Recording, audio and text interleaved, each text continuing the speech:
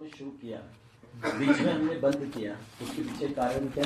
क्योंकि भाई बीच में हमने कहा और वो डिसकंटिन्यू हो जाएगा, कंटिन्यू नहीं रह पाएगा तो बीच में दिक्कत होगी। तो ध्रुव जी हमने सोचा कि उसे रथ यात्रा के बाद सुनाएंगे। वो वर्तमान युग के एक ऐसे संत का चरित्र है, उनका नाम था सुदर्शन सिंह चक्र जी। पूर्वी उत्तर प्रदेश के एक ऐसे महानुभाव। बहुत भारत में बहुत सारे गुदड़ी के लाल हुए हैं। जानते हो गुदड़ी के लाल क्या होते हैं? देखो तो गुदड़ है उनके पास, पर उस गुदड़ी के अंदर इतने सारे लाल रतन छुपे हुए हैं। तो किसी आदमी को आपने देखा एकदम साधारण है, पर वो व्यक्ति ऐसा विलक्षण निकला, आप जान नहीं पाएंगे। हमें पहचान कभी कभार नहीं होती। भगवान और भगवत ये सत्ता हमारे इर्द गिर्द में ही होती है, हैं? संकट मोचन श्री हनुमान जी तुलसीदास बाबा से जब पहली बार मिले ना, किस समय मिले पता है? उनके पस बह रहा था पूरे शरीर में, इतनी मक्खियां आती और इतनी दुर्गंध आती थी। लोग उसे कहते थे इसको थोड़ा दूर हटाओ ना, क्योंकि शरीर के सारे अंग गलित थे, नाक की हड्डी गली हुई थी पूरी, ठीक है। आंखें एकदम जैसे पांडु रोग होता ना, पीलिया, उसमें एकदम पीली पड़ जाती है आंखें एकदम पीली, एकदम पलकें सारी उसकी उड़ी हुई थी, पूरे मुंह पे भी बाकी एलर्जी हो रखी थी। शरीर गलित कुष्ठ था उनको। कंबल ओढ़ा हुआ था, वो कंबल से बार बार ढकते, मक्खियां उन्हें काटती और वो बड़े दयनीय हालत में। ऐसे लोग सिक्के फेंक के चले जाते। ऐसी परिस्थिति में किसको क्या पता कि पहचान नहीं पाए कि ये श्री हनुमान जी होंगे। तुलसीदास जी महाराज पर भूत ने सही सीख पढ़ाई है कि आप हनुमान जी से मिले, श्री राम जी से वो मिलवाएंगे। और कालांतर में आपको पता ही है, तुलसीदास जी जंगल में उनके पीछे पीछे जाते हैं, उनके पैर पकड़ लेते तो उनके हाथ में पस लग जाती और मवाद उछल उछल के मुंह पे गिरती है। तुलसीदास जी चरणों से लिपट जाते हैं और उनका बाबा ये क्या तुम्हें रोग लग जाएगा, ये छूत की बीमारी है, ये तुम्हें भी लग जाएगा, तुम हटो ना हमसे, बार बार कहने लगे। अंत में वो बुरी बुरी सुनाने लगा, तब भी नहीं हटे। और आखिर में हनुमान जी को कंचन बरन बिराज सुबेसा, कानन कुंडल कुंचित केसा, हाथ वज्र और ध्वजा बिराजे, कांधे मूज जनेऊ सार, शंकर स्वयं केसरी, तेज प्रताप महा। तो आप किसी महापुरुष के उसके तेज से पहचानोगे ना तो गलती कर दोगे। तेज तो उपदेवताओं में होता है, अपदेवता में होता है, कर्मज देवताओं में होता है, अजानस देवताओं में होता है। महापुरुषों में, कारक पुरुषों का तेज हमें पता नहीं लगता है। वो हमारे सामने आपन तेज संभारू आपे, अपना तेज संभाल के आते हैं। और अगर वो अपनी असली हैसियत दिखाए ना तो तीनों लोक हाँकते कांपे, ऐसी स्थिति होती है ना। तो ये महापुरुष। और पूर्वी उत्तर प्रदेश में एक जिला है, उसका नाम क्या बताया था? फिरोजाबाद बताया था, कौन सा बताया था? क्या?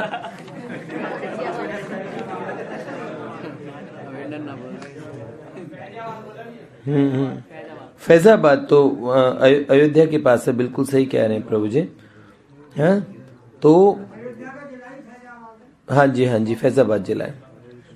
तो चंदौली गांव है वाराणसी काशी जी के पास में, चंदौली तहसील में, मुगल सराय लाइन के पास में।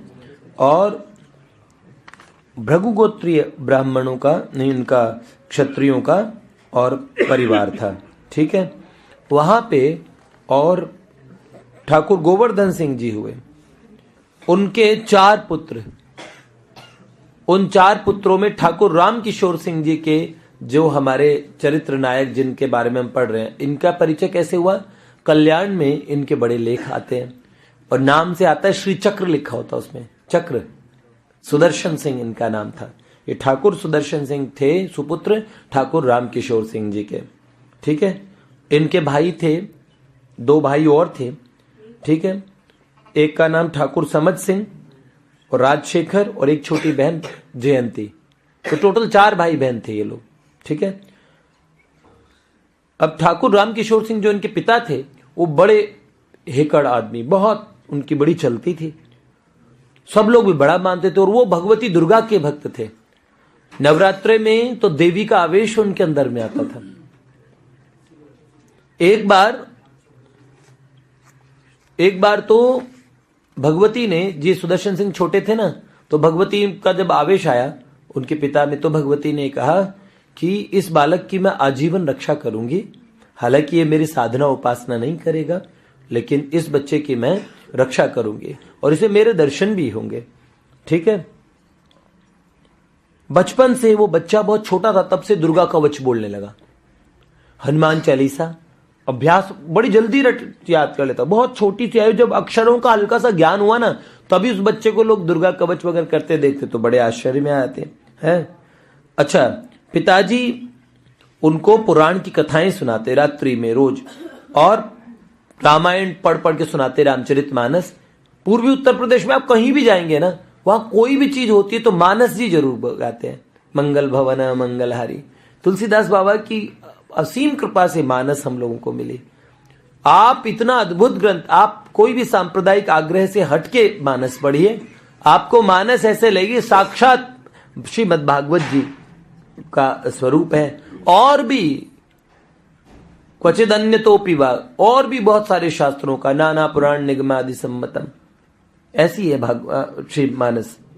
तो रामचरित मानस का पाठ सुनते हो, हनुमान जी का चरित्र सुनते ना, तो बचपन से ही वीर रस से भर जाते। बचपन के ही बच्चे की एक्टिविटीज देख के पता कर सकते हो कि बच्चा गुंडा बवाली बनेगा कि भगवत भक्त बनेगा, ये बात बचपन से ही तय हो जाती है।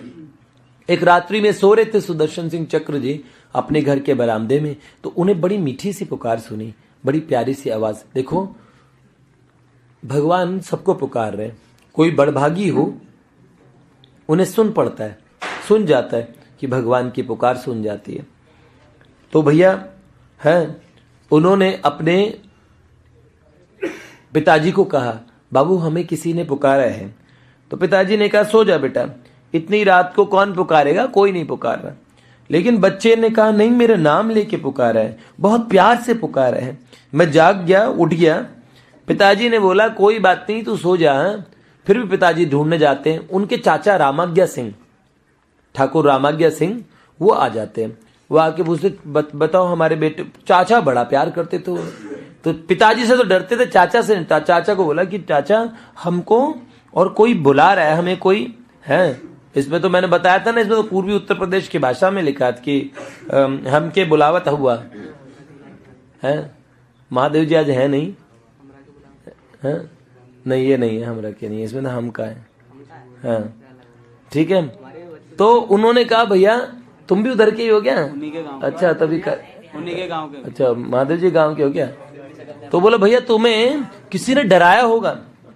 हाँ, बच्चे ने कहा नहीं, बड़े प्यार से पुकारा है। अंत में उस बालक को उसकी माँ समझाती है अगले दिन कि बेटा तुम जगत माता, माँ भगवती हमारी हम उपास्य हैं, तो माँ पुकारती होंगी। उन्होंने कहा पर वो तो पुरुष की आवाज थी, वो इतना प्यारा कंठ, वो तो किसी पुरुष की आवाज थी, वो माँ की आवाज नहीं थी।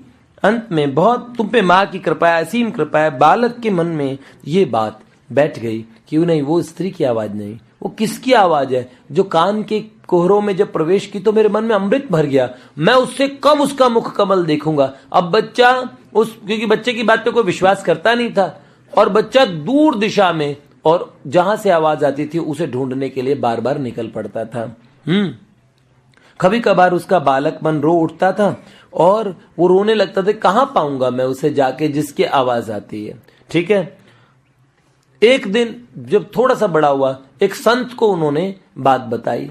जैसे ही संत को सारी बात बताई तो संत ने कहा, भैया विश्व का कण कण व्याकुल है उन्हें पाने के लिए जिनकी आवाज तुमने सुनी। सारी दुनिया उन्हें पा लेना चाहती है। संसार में जो भी हलचल देखते हो ना, कोई पुकार रहा है, हर चीज को, हर जीव को कोई पुकार रहा है। वो आनंद फानन में कहीं नौकरी कर रहा, कहीं कर रहा है। जैसे कुत्ते को काम नहीं और कुत्ते को ओसाण नहीं। आप मुझे देखो, कुत्ते को काम नहीं है। ऐसे संसार में सारे जीवों को देखो, नौकरी कर रहे, बच्चे पाल रहे, सब चीज कर रहे, सब चीज कर रहे, सब चीज कर रहे हो। फिर उनसे पूछे क्यों कर रहे हो? बस करने के लिए कर रहे हैं। नहीं तो करना ही है। सारी दौड़ जो मची पड़ी है, उन्होंने बोला कोई पुकार रहा है, जब तक हम उसे मिलेंगे नहीं तब तक ये हलचल मिटेगी नहीं। उन्होंने बोला सब उन्हें खोजने के लिए दौड़ रहे हैं, व्यर्थ की वस्तुओं में भी उन्हें ही खोज रहे हैं, लेकिन विपरीत दिशा में खोज रहे हैं, और जिस दिन तुम वो दिशा जान जाओ उस दिन सब कुछ वो संभाल लेंगे। ठीक है। संत ने थोड़ा समाधान किया, प्रश्न का समाधान नहीं हो पाया, लेकिन संत ने कहा स्मरण करते रहो। हैं, अब वो इस मीठी पुकार को चाहकर भी नहीं भूल पाता था। आज तक उसने कई पुकारें सुनी हैं, उन्होंने पिता की अधिकार की आवाज सुनी। पिता कैसे बुलाते हैं? आवाज लेके बुलाते हैं। तो पिता की अधिकार भरी वाणी सुनी थी, ममत्वपूर्ण पुकार सुनी मां की, चाचा की स्नेह से भरी, चाचा बुलाते थे, इतने प्यार से बोलते थे, चाचा की स्नेह विगलित पुकार, मित्रों की पुकार, छोटे भाई की, उसकी छोटी बहन की, बड़ों की, अपनों की, परायों की, जीवन में ढेर सारी पुकारें सुनी उसने, पर इतने प्यारे कंठ की जो ध्वनि है वो उसने पहले कभी सुनी नहीं है। ऐसी स्थिति में है उसकी समता वो नहीं पा सका। इस पुकार ने शैशव में उसे सदा के लिए गंभीर एकांत प्रिय बना दिया। एक घटना ने उस बच्चे को सीरियस बना दिया भगवत भक्ति की तरफ।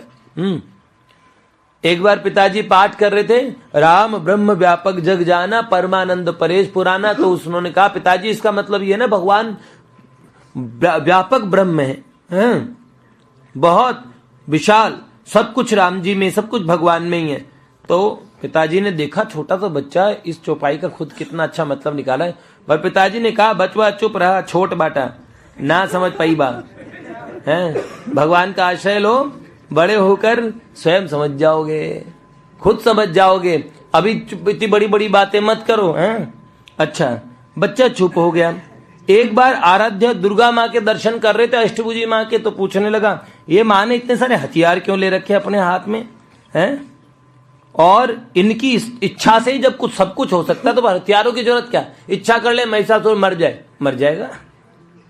माँ की शक्ति सच में, भगवान कहेंगे अबे कंस मर जा, तो घर बैठे बैठे मर जाएगा, होता कि नहीं होता। पर फिर भी भगवान को इतनी लड़ाई क्या कहते, उसके मुंह पे घोंसा मार रहे हैं सब, सो एंड सो, कितनी लड़ाई हो रही है हैं? होते ना, खूब घुसम पट्टी हुई ऐसा होता कि नहीं होता। तो भगवान तो इच्छा मात्र सब कुछ कर सकते हैं। पिताजी ने कहा हैं, वे चोरों दुष्टों को मार क्यों नहीं देती, जब पहले ही मार दे फिर हथियार वथियार की जरूरत पड़ेगी नहीं। पिताजी ने कहा अच्छा भगवती माँ तुमसे पूछ के काम करेगी अब, हाँ, ऐसे कहकर डांट के पिताजी ने चुप करा, बेचारा बच्चा चुप हो गया। बाद में एक संत ने बताया सारा जगत भगवान की लीला है, और एक ड्रामा चल रहा, तो भगवान को ऑपोजिट टीम के भी तो लोग चाहिए, इसलिए बेटा सब, उन्होंने ठीक है, उस बच्चे ने मान लिया। ऐसा करके अब उनको बचपन से ऐसी कई घटना हुई, उन्हें गायों से बड़ा अनुराग हो गया। गायों से अनुराग होने के पीछे क्या घटना थी, उनके चाचा रामाज्ञा सिंह और गायों के बाड़े में जाते थे, तो इस बच्चे को पद्दी पे बिठा के ले आते थे। ठाकुर सुदर्शन सिंह छोटे बच्चे थे, तब अपने चाचा के साथ उनकी पद्दी पे बैठ के गायों के बाड़े में जाते थे। वहां पे एक दिन ऐसी घटना घटी, सब गायों को पुकार पुकार के कभी गुड़ देते, कभी चारा खिलाते, गायें भी बड़ा प्यार करती उन्हें। एक दिन उन्होंने सुना तड़ाक की आवाज आई, देखा एकदम डर गए। अपने पापा का रौद्र रूप उन्होंने पहली बार देखा। उनके पिताजी ठाकुर रामकिशोर सिंह बड़े दबंग किस्म के आदमी थे, बहुत ईमानदार, बहुत सच्चे, लेकिन बड़े सख्त थे। अब उन्होंने क्या किया, अपने छोटे भाई मतलब उनके चाचा जी को एक चांटा मारा। सुदर्शन सिंह चक्र ने देखा कि मेरे पिताजी अपने छोटे भाई को मतलब मेरे चाचा जी को थप्पड़ मार रहे इतनी तेज, तो बेचारे डर गए, छुप गए, उन्हें बड़ा।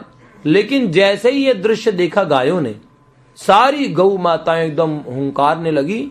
उन्होंने और अपने जो होता है ना जिसको बांधते, क्या बोलते, खूंटे, खूंटे उखाड़ लिए और फुफकारती हुई जैसे भागी। समझ गए चाचा जी कि भाई वो पहलवान थे उनके चाचा भी। उन्होंने अपने बड़े भाई को सीधा उठाया गोद में और भागे, और जहां पे भूस बंद करते हैं ना जिसके अंदर कमरे में, उसके अंदर बंद करके और आगे कुंडी लगा दी। और अब सारी गायें हुंकारने लगी कि कमरे, वो निकले जरा बाहर, उसे हम मारेंगे। थप्पड़ कैसे मारा, मतलब अपने सेवक के प्रति गौ माता में कितना प्रेम होता है। ये तो मनुष्य के अंदर में प्रेम का अभाव है भैया।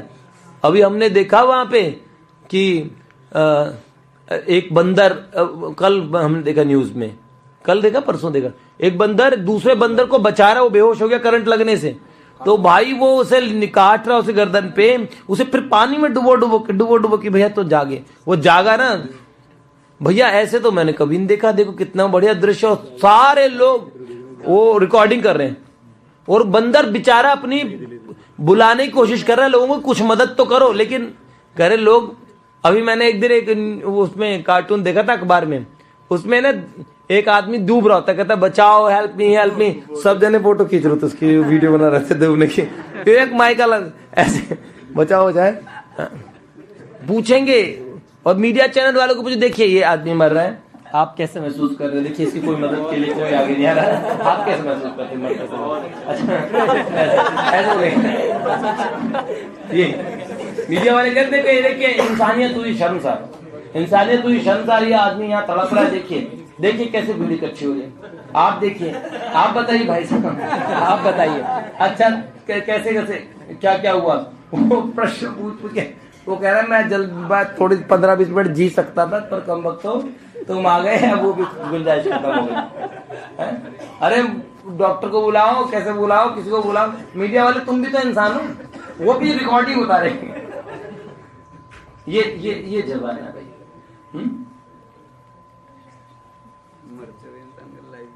हाँ मरते हुए लाइव, पहली खबर देखिए डायरेक्ट, ओनली IBN 7 एक्सक्लूसिव है ये भाई। तो जानवरों में बहुत ये चीज होती है।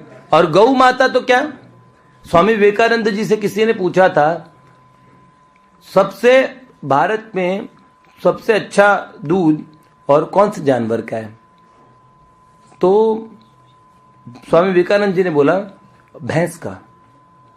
तो उन्होंने बोला पर आपके देश के लोग तो और गौ माता की पूजा करते कहते गाय को माता बताते हैं। तो बोला आपका प्रश्न ही ये था सबसे अच्छा कौन सा जानवर का दूध है, तो जानवर तो भैंस हुई ना, गाय तो हमारी माता है और उसका दूध थोड़ी होता, वो तो अमृत होता है। तो बहुत देर तक उनके चाचा गौ माताओं को शांत करते रहे प्यार से, अरे काली मैया, अरे गंगा मैया, सबके नाम ले लेकर उन्हें शांत करते रहे हैं, पैर छूते बार बार। बड़ी देर से वो गायों को शांत कर पाए, उन्हें बांध पाए। और जब कोठरी खोली, हाथ जोड़ के अपने भैया से कहा भैया मेरा कैसा भी अपराध हो पर इन गायों के सामने मुझे कभी न मारना, आज बहुत अनर्थ हो जाता, भाभी को मैं क्या मुंह दिखलाता। अच्छा सुदर्शन सिंह समझ गए कि गायों की आत्मीयता क्या चीज होती है। इसी एक घटना ने उन्हें सदा के लिए गौ भक्त बना दिया, बचपन से ही वो उनके मन में। अच्छा रात्रि में उनके पिता अपने छोटे भाई को समझा रहे थे, ठाकुर रामाज्ञा सिंह को, कि भगवान ने तुम्हें शक्ति दी है, क्योंकि चाचा पहलवान थे और जो आदमी में पहलवानी आती है उसके चाल ढाल वगैरह में थोड़ा सा एक एटीट्यूड आ जाता है, होता है कि नहीं होता। तो ठाकुर रामकिशोर सिंह अपने छोटे भाई को समझा रहे कि भैया भगवान ने और अगर बल दिया तो झुक के चलना सीखो, हैं। ऐसे कहते कहते किसी का उपहास मत करो, सदाचार को कठोरता से निभाओ। ऐसा कहते हुए उनका कंठ अवरुद्ध हो गया है और उनका हाथ चाचा की गालों को सहला रहा था बड़े प्यार से। उन्होंने देखा ये दृश्य, चाचा भी अपने अपराध की क्षमा मांगते हुए पैरों में पड़ गए। हाँ सुदर्शन सिंह चक्र ने जाकर अपनी माँ से पूछा, माँ चाचा को बाबू ने क्यों मारा, हमारे पिताजी ने क्यों मारा। तो उन्होंने कहा बेटा सदाचार की शिक्षा के लिए, हाँ इसी से और तुम्हारे चाचा को और तुम्हारे पिता ने ताड़ना दी। देखो सुदर्शन सिंह चक्र जी के जीवन में बहुत सारी हाँ और आगे घटनाएं घटी, उनमें से एक घटना उनको जीवन की सच्चाई की तरफ ले गई। जब अभी तक उनका बचपन में मौज मस्ती करते थे चाचा, घर में सबसे ज्यादा प्रेम यही चाचा जो गायों के बाड़े में ले आते थे। सुदर्शन सिंह चक्र जब पाठशाला में पढ़ने जाते थे, उन्हें छोड़ने जाते थे, तो चाचा से उनका अनुराग ज्यादा था, पिताजी से डरते थे। एक दिन सुदर्शन सिंह चक्र जी ने और अचानक एक ऐसी स्थिति देखी जिसमें उन्होंने अपने सबसे प्रिय पात्र हैं और एकदम युवा अवस्था में थे उनके अपने चाचा जिनकी बात कर रहे थे, उनकी मृत्यु देखने का अवसर आया उनके जीवन में। हाँ उन्होंने देखा उनके परम धैर्यवान उनके पिता जो किसी बात पे कभी रोते नहीं थे, जिनके एक बार बुलाने में सब लोग डर जाते थे, उनकी आंखों से आंसू बह रहे हैं। सर्वस्व लुट जाने पर भी अडिग रहने वाले उनके पिता आज एकदम असहाय निर्बल जैसे दिख रहे हैं। उनकी गृहस्थी पूरी हिल गई, क्योंकि ठाकुर रामाज्ञा सिंह उनके जो चाचा जी थे, वही सारा, पिताजी तो उनके खाली ऑर्डर चलाते थे, पूजा करते थे, वो भक्त थे, पर सारा जो घर है, खेत है, गायों का बाड़ा है, ये सब चाचा ही संभालते थे। सब्जी लाना, हलवाओं को, जो काम करने वालों को अनुशासन देना है, जो अच्छा काम करे उन्हें प्रोत्साहन देना, ये सब, और भाभी से एक एक सामान पूछना, ये सारी जिम्मेदारी उनका भाई निभाता था। तो अपने भाई को याद करके उनकी आंखों से अश्रुपात होने लगते हैं। उनकी माँ का भी रोते रोते धैर्य छूट गया। गांव की औरतें समझा रही थी, पर समझाना उनके समझ में नहीं आ रहा था। सबको पता था कि अब ठाकुर रामकिशोर सिंह तो पूजा पाठ में लगे रहते, सारे काम कैसे करेंगे। और इधर सब लोग देख रहे हैं कि जिन गायों को लोग बिल्कुल मूक समझते हैं, वो गायों ने रंभा रंभा के आसमान सर पे उठा लिया। नाम लेके पुकारते ही गायें हुंकारते हुए उन्हें घेर लेती थी। अब इन गायों का क्या हो गया है? मनुष्य तो समझ सकता है, पर ये तो मूक हैं, इन्हें कैसे समझाया जाए। माँ को रोते देख के उनकी छोटी बहन रो रही थी, जयंती नाम की छोटी बालिका, उनका छोटे भाई, सब चीख चीख के रो रहे थे। उनकी समझ में नहीं आ रहा था ये क्या हो गया इनको। उस बच्चे ने पहली मृत्यु देखी, मौत होती क्या चीज है ये पता ही नहीं था उन्हें। उन्होंने देखा चाचा को हो क्या गया है, कोई चोट नहीं लगी, सारे लोग रो रहे हैं, ये चाचा भी बोल नहीं रहे, हिलडुल नहीं रहे, लोग सफेद कपड़े में इन्हें लपेट रहे हैं, इन्हें बांध क्यों रहे हैं? अच्छा, बांध के लेके कहां जाएंगे? अगर मेरे चाचा उठ गए तो सबको एक पटकनी दे देंगे। ये बड़के बाबू, ये काका, ये बड़े बूढ़े लोग बांधने वालों को मना क्यों नहीं करते? सभी आंसू भी बहा रहे हैं, अरे मेरे चाचा की प्रशंसा भी कर रहे हैं। अरे माना मेरे चाचा तो बहुत अच्छे आदमी है ही, हम तीनों भाई बहनों को बहुत प्यार करते हैं, फिर ये सब किस गलती के कारण मेरे चाचा को बांध के ले जा रहे हैं? सोचते सोचते सुदर्शन ने माँ के पास आंसू भरी आंखें उठाकर पूछा, माई ये लोग चाचा को क्यों बांध के ले जाना चाहते हैं? रोती हुई माँ ने बरबस बच्चे को छाती से लगा लिया, कुछ बोल नहीं पाई। तब दूसरी बूढ़ी स्त्री ने बालक को आके समझाया, अब तेरे चाचा नहीं रहे बचवा, तो चाचा तो हैं, उन्हें तो लोगों ने बांस पे बांध रखा, देखा नहीं तुमने? कहते हुए सुदर्शन की रुलाई छूट गई। उसी समय बाहर से जगदीश काका ने सुदर्शन का हाथ पकड़ के कहा, चलो बाहर चले। बाहर आके सुदर्शन ने देखा तो देखता ही रह गया आश्चर्य से। उसके बंधे हुए चाचा को 4 लोगों ने कंधे पे उठा रखा है। एक दूसरे व्यक्ति ने उसके हाथ में रस्सी बंधी छोटी सी हांडी दे दी, बच्चे के हाथ में पकड़ा दी, जिस हांडी में धुआं निकल रहा था। उसे कुछ समझ में नहीं आ रहा था। उसने भय झिझक छोड़ दिया आज और भाग के अपने पिता का कुर्ता पकड़ लिया। आज तक तो अपने पिता से डरते थे वो, लेकिन आज आके सीधा भय छोड़ के अपने पिता का कुर्ता पकड़ लिया और साहस करके पूछा, बाबू ये लोग चाचा को कहां ले जा रहे हैं? चाचा ने तो कुछ नहीं किया, इन्होंने ऐसा क्या कर दिया मुझे बताइए तो। पिता ने रोते हुए बालक को हृदय से लगा के पीठ पे हाथ फेरते हुए मुख सांत्वना देते हुए उसके हाथ से हांडी ले ली। चाचा वापस कब आएंगे बाबू? पिता ने बिना उत्तर देते हुए अपने हितैषी जगदीश से कहा कि बच्चे को घर पहुंचा के आ जाओ। बच्चा चीखने लगा, चाचा चाचा कह के आगे की तरफ भागा। तब जगदीश ने हृदय से लगाते हुए पकड़ लिया और समझाना चाहा, बेटा तेरे चाचा मर गए हैं। तो उसने कहा, कहाँ मरे हैं पहले ये बताओ? सब मेरे चाचा को बांध के ले जा रहे हैं, बाबू भी उनके साथ है, चलो चाचा को वापस लेके आए, मेरे चाचा बहुत अच्छे हैं। अरे तू समझता क्यों नहीं, वो राम जी के घर चले गए हैं। तो बच्चे ने सुना राम जी के घर चले गए हैं? राम जी का घर कहाँ है? क्या कहा? किसने कहा राम जी को घर ले जाने को? राम जी का घर ऊपर है। साथी ने हाथ ऊपर कहा, देखो राम जी का घर तो भैया ऊपर है। तो उसने कहा, हताश सुदर्शन धम से वहीं बैठ गए। उनका बालक मन बुद्धि समझ नहीं पा रहे थे, यदि राम जी आकाश में रहते हैं तो ये सब चाचा को बांध के कैसे ले जाएंगे? और बांध के ही क्यों, उड़ के जाएंगे क्या आकाश में? राम जी का घर ऊपर बताया तो ऊपर कैसे लेके जाएंगे चाचा को? चाचा भी चुपचाप लेट गए, ऐसे लेटना थोड़ी चाहिए, वे स्वयं भी तो जा सकते थे, राम जी के घर जाने की बात है। कुछ खोए खोए से सोचते रहे। संभवतः अब उनको समझ में आया कि अब चाचा कभी आएंगे नहीं, इसलिए माँ और बाबू इतना रो रहे हैं। अवश्य ही कुछ ऐसा हुआ है जिसका कोई उपाय संभव नहीं। ये संसार में जब जीवन के और ऐसा पड़ाव आता है, मृत्यु एक ऐसा तथ्य है जिसने बड़े से बड़े तुर्रम खान को भी डरा दिया। जब पता लगा अगले ही मोमेंट आप मरने वाले हैं, क्या करोगे? आपके निज जन, संबंधी जन, सबका। और मैं let me finish my work, let me finish my job, यहां ये नहीं चलेगा, यहां आपको ले जाया जाएगा। हाँ? कोई रोक नहीं सकता। अद्भुत बात है, हाँ? तो इस आघात ने सबको मूक बना दिया, कहने को कुछ बचा ही नहीं। अब उनका घर पूरा सूना दिखता था। चाचा के अंतिम संस्कार के बाद से घर में क्या हुआ? सब सूनापन। उनके चाचा ही आके सबसे बोलते थे। अब उस घर के अंदर एक छोटे बच्चे संवरू, जो उनके छोटा भाई, और एक छोटी बहन जयंती जो गोद में थी, वो बच्ची के चीखने की आवाज आती बीच बीच में, बस रोने की, तुतला के बोलने की। गायें अपने चराने वाले को बार बार हुंकार करती हुई गौशाला के द्वार पे देखती। वहीं गौशाला का जो गोष्ठ था, वहां सारी गायें रोज देखती कि ठाकुर रामाज्ञा सिंह कब आएंगे, जो उनका ध्यान रखते थे। प्रातः सायं, सुबह और शाम जब होती तो रंभा रंभा के आकाश सिर पे उठा लेती। उनकी माँ स्वरूपा, कृष्णा, गौरी, श्यामा, सुवर्णा आदि गायों के नाम लेके सहलाती। उनकी माँ आती थी गायों को और अलग अलग नाम लेती, पुचकारती, उन्हें खाने को देती। पर गायों को तो नियत समय पे रामाज्ञा सिंह को ही देखना था। गायों की पुकार से राह चलने वाले लोगों की भी आंखें भर जाती थी।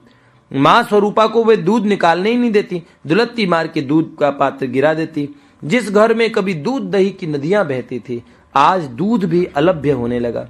सुदर्शन जब कभी हरा चारा लेके जाते, तब गायें मानो मूक आंखों से उनकी साइड प्रश्न करती, अकेले कैसे आए, तुम्हारे चाचा कहाँ हैं? क्योंकि वो हमेशा अपने चाचा के साथ ही वहां गए थे। तो गायें स्नेह भरा हुंकार कर बैठती, मानो नई ब्याई गायें अपने वत्स को पुकारने के लिए हुंकार रही हो, और हाथ से जो भी देते वो मुख में ले लेती। इसी समय तो चाचा भतीजे साथ साथ में गौशाला आते थे। गायें मानो इनसे पूछती थी, तुम अकेले कैसे, तुम्हारे चाचा कहाँ चले गए? उनके बिना न खाना पीना अच्छा लगता था, न दूध देना।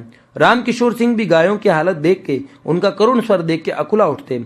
उन्होंने गायों के चराने के लिए चरवाहे की व्यवस्था की, उनको समय पे दाना पानी देना, दूध निकालना आदि की भी व्यवस्था की। पर गायें बिना खाए, बिना टाइम पे घर लौट के आ जाती थी, और गायों को धीरे धीरे ऐसी बीमारियां होने लगी, एक के बाद एक सब गायें मरने लगी। सुदर्शन सिंह स्नेह होने से छुप के रोने लगते। इधर रामकिशोर सिंह को भी अपने आज्ञाकारी स्नेही भाई के बिना घर द्वार, खेत खलिहान सब सूना लगने लगता। बालक मन की जिज्ञासाएं, मृत्यु देखो बहुत सारी ऐसी चीजें होती है जिनका प्रश्न का हमारे पास उत्तर नहीं। हम आंख मूंद के कब तक जी सकते हैं? जीवन में कभी ऐसा मौका आएगा जिन हमारे सबसे प्रिय, हमारे सबसे प्रियतम, हमारे सबसे प्रेमास्पद लोग और जब जाते हैं इस संसार को छोड़ के, तो बहुत मुश्किल समय आता है। आप महापुरुषों के साथ रहने वाले लोगों को देख लो। अब देखिए, जो जैसे जितने आत्मीय, जितने प्रेम भरी पर्सनालिटी के पास, व्यक्तित्व के पास हम रहते हैं, उतना ही दुख, उतनी मात्रा में हम लोगों को उनके साथ रहने का जितना सुख मिलता है, उनसे दूर होने का उतना ही भीषण दुख का सामना करना पड़ता है। चैतन्य महाप्रभु जी के जीवन में देखोगे, जो साक्षात श्रीमन महाप्रभु जी के साथ रहे, उनकी हालत क्या हुई? स्वरूप दामोदर जी को पता लगा, उनका हृदय फट गया, मुंह से खून की उल्टियां हुई, और तत्काल चैतन्य महाप्रभु भगवान में विलीन हुए। ये बात सुनते ही अधिकांश भक्तों के ब्रह्मरंध्र धमाके के साथ फूट गए हैं। बहुत सारे भक्त जो तुरंत प्राण नहीं दे पाए, मृदंगे ले लेके जगन्नाथ जी के समुद्र में कूद गए। कितने लोगों ने भीषण तरीके से भगवत धाम गमन किया। आत्मदाह नहीं बोलते उसे, क्योंकि उनके पास जीने को कोई गुंजाइश नहीं।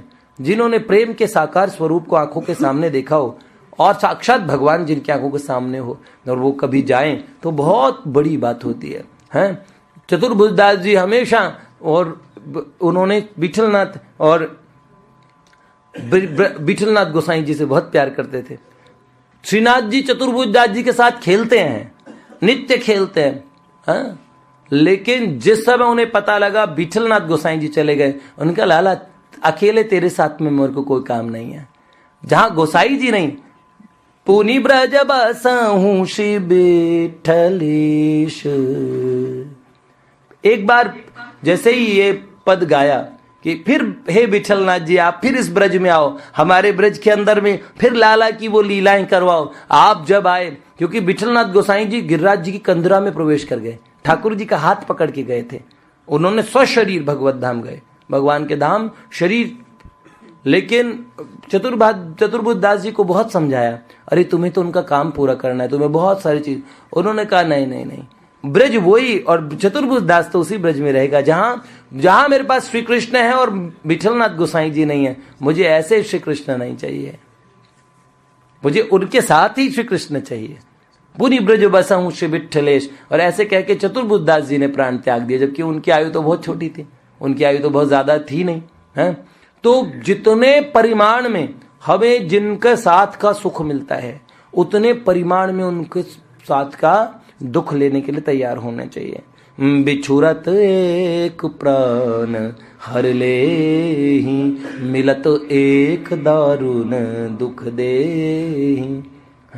यहाँ पे इन्होंने प्रिया शरण जी ने अपने जो भीमसेन चोपड़ा जी का, मुझे मेरे बाबा की याद आती है, वो उसका देखो बहुत ही प्यारा है, बहुत ही सुंदर है।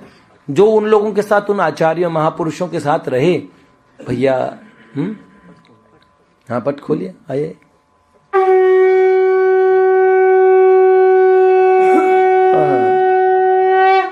नवदुन्दुभि बाजै विपुल गंधर्व किन्नर गावई, नाचै अक्षरा वृंद परमानंद सुर मुनि पावई।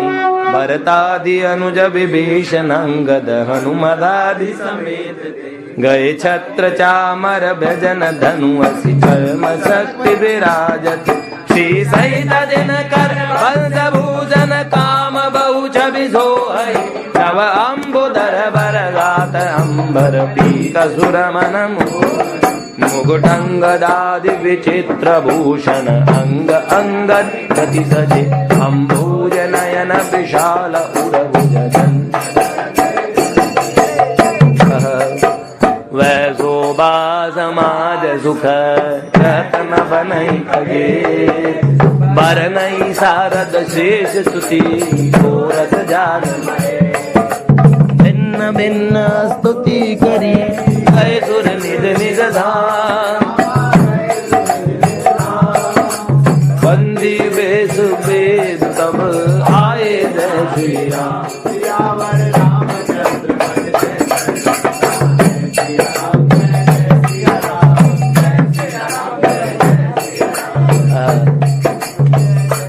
सीता राम राम राम राजा राम राम राम, सीता राम राम राम राजा। देखो राम मंत्र बताऊं कैसे राम है। ये रामे जानो राधिका, मैं माधव जान। रामे जानो राधिका, मां मनमोहन जान। राम नाम याते अधिक, जान्यू संत सुजान। देखो संतों ने राम नाम को बहुत स्पेशल माना। एक क्या बोलते हैं, तुलसीदास जी महाराज कहते हैं, राम सकल नामन ते अधिका। तो राम नाम मंत्र युगल मंत्र भी है। राम नाम को आप जैसे जपोगे ना, निर्गुण में भी राम का यूज होता है, निर्गुण मंत्र में भी राम का प्रयोग होता है। बहुत ही अच्छी बात है, बहुत बढ़िया। कैसी लग रही है पगड़ी ठाकुर जी की? सुंदर लग रही, छोटी सी है, हेयर स्टाइल थोड़ी सी अलग है, बाकी पगड़ी तो हाँ गोपेश जी ने बनाई है, कुछ कह नहीं सकते, फिर इसमें अधिकार नहीं है। कैसे लग रहे भैया, कुछ कमेंट नहीं तो क्या? श्री जी के श्रृंगार में थोड़ी सी कैसी है, थोड़ी कुछ अस्त व्यस्त लग रहा है। किन्होंने किया है श्री जी का श्रृंगार? वृंदावन। चुन्नी नहीं है ना, तो उसके बिना ऐसा लग रहा है, इनकम्प्लीट लग रहा है बेटा। हाँ थोड़ा सा इनकम्प्लीट लग रहा है। ठीक, जो ज्यादा देखो, ज्यादा त्रुटियां उनसे होती है जिनको बहुत ज्यादा तरीके पता है, बहुत सुंदर से सुंदर जो कर सकते हैं। वाह वाह वाह, भक्तवत्सल कह रहे डूबता वही है जिसे तैरना आता है। सही बात बताई, क्योंकि जो तैरेगा नहीं वो पानी को भिजाएगा। हाँ, तो तैराक लोग डूबे ज्यादा है। वाह वाह। तो भैया क्या बताएं, ये जो ऐसा समय आता है, उस समय बड़ी परीक्षा की घड़ी होती है, जो मैंने बताया ना, संसार में मृत्यु काल की परीक्षा, अपने निज जनों के खोने की जो घड़ी आती है, अच्छे से अच्छे लोग विचलित हो जाते हैं। तो संसार में जो ऐसे कहते ना, यार ये तो मुन्ने की अम्मा तो हमारे साथ जिंदगी के 50 साल बिता के गई, ऐसे तो इतना लड़ते थे, भट भट बड़ बड़ बड़ बड़ सारे दिन। अरे मैंने दो बूढ़े बूढ़ी माँ ऐसे देखे, अभी रिसेंट में देख के आया उन्हें, और भाई बड़ा मजा आता उनको देख के। एकदम बूढ़े पति और एकदम वृद्धा पत्नी, लेकिन वो छोटी छोटी बातों पे वो करें, उन्होंने कुछ बोला, पत्नी हर बात बीच में बोलते थे, वो कोई बात एक्सप्लेन कर दें, इतना भी बताने की क्या जरूरत है, तो करें बोलने नहीं देती, कभी भी मुझको कभी नहीं बोलने देती, बोलने मत दे मुझको हर बात। भाई इतना इतना झगड़ते, फिर वो ना, फिर बाद में एक दूसरे के बिना रह नहीं पाते, बताओ, उन्हें झगड़ने के लिए भी कोई चाहिए। और बहुत पुरानी पुरानी यादें भी होती है। ये होता है जब अंगद जी 90 साल के होके इधर आएंगे लठिया लेके, तो वो कहेंगे एक जमाना बीत गया भैया, यहाँ हम यहीं बैठ के ठीक बोला करते थे, ऐसे बताएंगे, हम यहीं बैठ के प्रवचन करते जब हम टोपी पहन के आते थे। कितने कुछ ऐसे।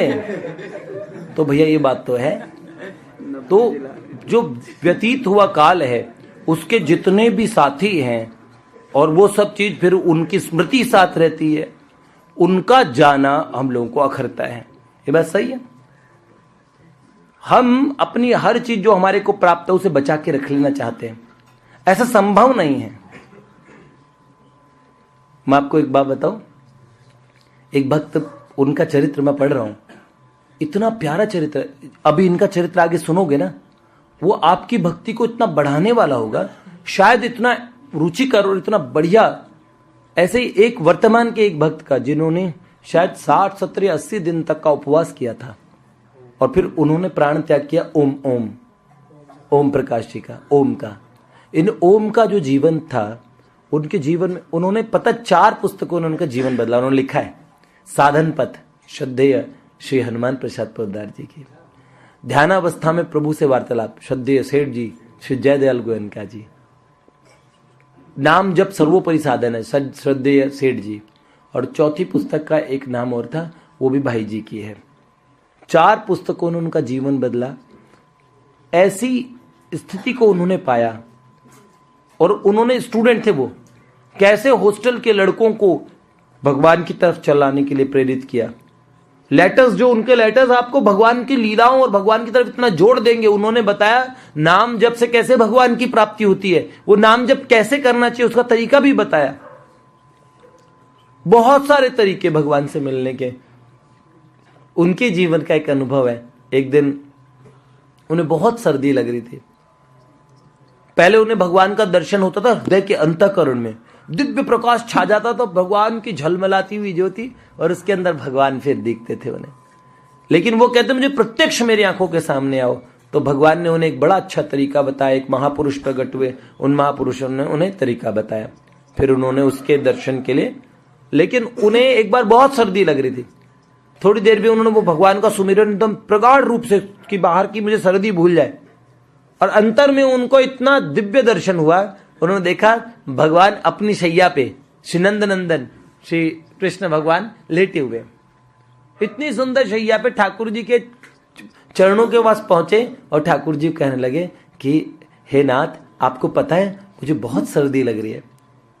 तब भगवान ने बोला, चलो ये सर्दी और गर्मी, ये सुख और दुख थोड़ी दिन ही बर्दाश्त करने हैं, मेरे कहने पे बर्दाश्त कर ले, चल मेरे लिए कर ले। ऐसे भगवान ने बोला, मैं बहुत शीघ्र ही तुझे अपने पास सदा के ले जा, ना सर्दी है, न गर्मी है, न शीत है, न घाम है, जैसे मैं हूं वैसे उसमें तुझे बुला लूंगा। तो भगवान ने कहा थोड़ा सा तू बर्दाश्त कर ले। और भगवान ने अर्जुन को भी क्या बोला, तांस तितिक्षस्व कौन्तेय, तांस तितिक्षस्व भारत। उसे तितिक्षा, उसे शीतोष्ण सुख दुख दा, ये शीत है, ये उष्ण है, ये सुख है, ये दुख है?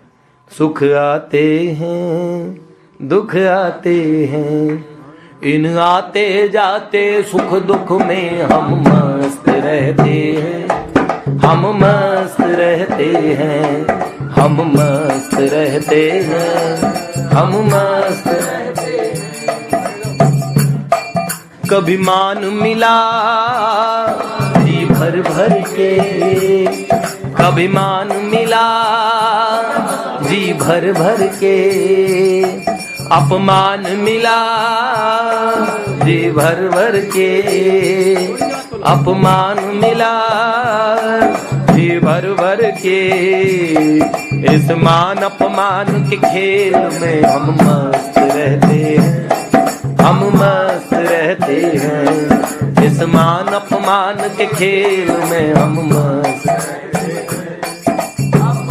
रहते हैं। जाते जाते फकीरा कह जाता, जाते जाते कबीरा कह जाता। कोई पैदा हुआ कोई मर जाता, कोई पैदा हुआ कोई मर जाता। इस जन्म मरण के खेल में हम मस्त रहते हैं, हम मस्त रहते हैं। इस जन्म मरण के खेल में हम मस्त रहते हैं, हम मस्त रहते हैं। भक्तवत्सल भगवान की जय।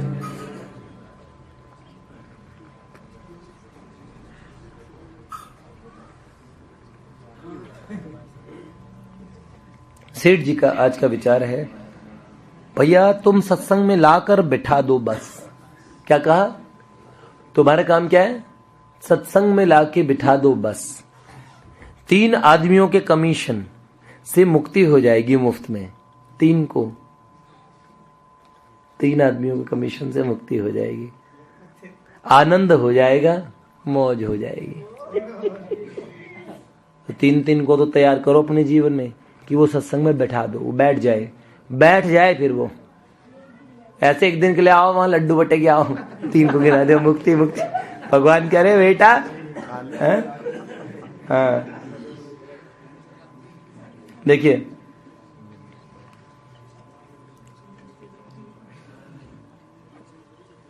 इसमें सेठ जी कह रहे हैं, स्त्री केवल अपने पति के अनुकूल बन जाए, अपनी इच्छा आसक्ति को त्याग दे, पति के हुक्म के माफिक चले तो उसकी इच्छा स्वाहा हो जाएगी, राग द्वेष नष्ट हो जाएगा, समता आ जाएगी और आत्मा का कल्याण हो जाएगा। पति की इच्छा के हिसाब से बस चले और कुछ साधन जप और कुछ भी ना करे, जो पति बोले वो करे, तो उनके भी राग द्वेष वगैरह सब समाप्त हो जाएंगे। पर ये माताओं के लिए सबसे कड़ा साधन इस समय ये हो गया। इसी युग में एक बार नम्रता बहन एक पत्नी अपने पति को और डॉक्टर के पास ले गई, तो उसने बोला, डॉक्टर ने समझाया कि एक बार पति को बाहर भेज दीजिए, मैं आपको बताता हूँ। फिर पति को देखिए, आपके पति की हालत बहुत सीरियस है, आप उन्हें बार बार शॉपिंग के लिए कह के उन्हें डिप्रेस मत कीजिएगा, खतरा हो सकता है। टीवी सीरियल्स जो आप देखती हैं और उनके लिए खाने वाने का आप खुद ध्यान रखिए, एक बार टीवी सीरियल्स वगैरह देखना बंद कर दीजिए। उन्हें ये बता के कि आपकी सहेलियों ने क्या कितने महंगे महंगे कपड़े पहने, ये सब चीज़ों ने बताना, ये उन्हें बंद कर दीजिए। घर की जो चुगलखोरियाँ जितनी भी होती है एक बार आप बंद कर दीजिए। कई चीज़ें बताई हिदायत के तौर पे, बस आप इन चीज़ों का ध्यान रखिए, ठीक है। कुछ दिन अपने कुत्ते का नौकर से खिलवाइए, कुछ दिन अपने पति को खिला दीजिए। तो ऐसे कई चीज़ें बताई। तो और जब वो बाहर निकली, डॉक्टर साहब बड़ी गंभीर बन के निकली बाहर, तो पतिदेव ने पूछा, व्हाट डिड डॉक्टर से? डॉक्टर ने क्या कहा? तो पत्नी ने तपाक से बोला, डॉक्टर ने कहा बचना मुश्किल है। क्योंकि ये सब चीजें मैं करूंगी नहीं और तुम बचोगे। बचना मुश्किल है क्योंकि ये तो मुझसे होना जानी ही नहीं भाई, ये बड़ा मुश्किल काम है। तो इसीलिए अभी वर्तमान में माताओं के लिए भी वही साधन ज्यादा प्रोपिशियस है कि भजन करें। वैसे तो आज भी मैं बता रहा हूँ, हमारे जो संबंधों की जो नींव है ना, वो माताओं ने रखी हुई है। पुरुषों ने न कभी संबंध संभाला था, और अब आज में भी ऐसे नहीं है और भविष्य में भी गुंजाइश नहीं है। सत्य वस्तु यह है कि धर्म भी संबंध भी माताओं ने संभाले। चुटकुला किसको बोलते हैं? जो चीज नहीं होती उसको चुटकुला कहते हैं ना, है? गधा ढैचू ढैचू करता है, हंसी आएगी, करता ही है वो, तो ये तो सत्य है। पर मेरे को तो गधा भौमो करता है। ये बात, जो चीज नहीं होती, सारे जोक्स माताओं पे क्यों बनते हैं? नम्रता ने एक बार मुझसे प्रश्न पूछा था, ये पुरुषों पे क्यों नहीं? क्योंकि मैंने कहा पुरुष होते ही ऐसे हैं, माताएं नहीं होती और उनके ऊपर ये बात बोली जाए ना, ऐसे कहते हैं। एक पति ने अपनी पत्नी को पीट दिया, तो पति अधिकतर ऐसे निकले हैं जिन्होंने पीटा है। पर मजे की बात तब हंसी आ गई जब उसकी पत्नी ने खूब ठोका उसे, तो सारे हंस पड़े, वाह वाह वाह वाह क्या बात हुई। कुछ नयापन लगता है इस बात में सुनकर। चुटकुला वही होता है सिंह अर्जुन, कभी अर्जुन ही तुम्हें है? बस भैया 5 जनवरी का भाई जी का विचार भी सुन लो। 5 जनवरी है, अपनी शक्तिहीनता को देख के कई लोग कहते हैं हम शक्तिहीन हैं, उत्साह न छोड़ो। हम भगवान को हम पाएंगे कि नहीं पाएंगे ये बात, तो ये बात सोचो भाई, अपने बल से तो हमें कभी नहीं मिल सकते। सेठ जी की एक पुस्तक है भगवान की दया, पर वो बोले तुम तो बड़े दयालु हो, ये हमने बड़ी सुनी है।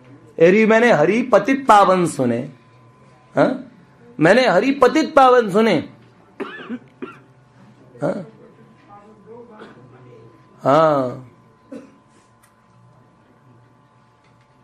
तुलसीदास जी ने गाया था, उनके साथ एक संत बैठे थे, फिर हेरी मैंने हरि पतित पावन सुने,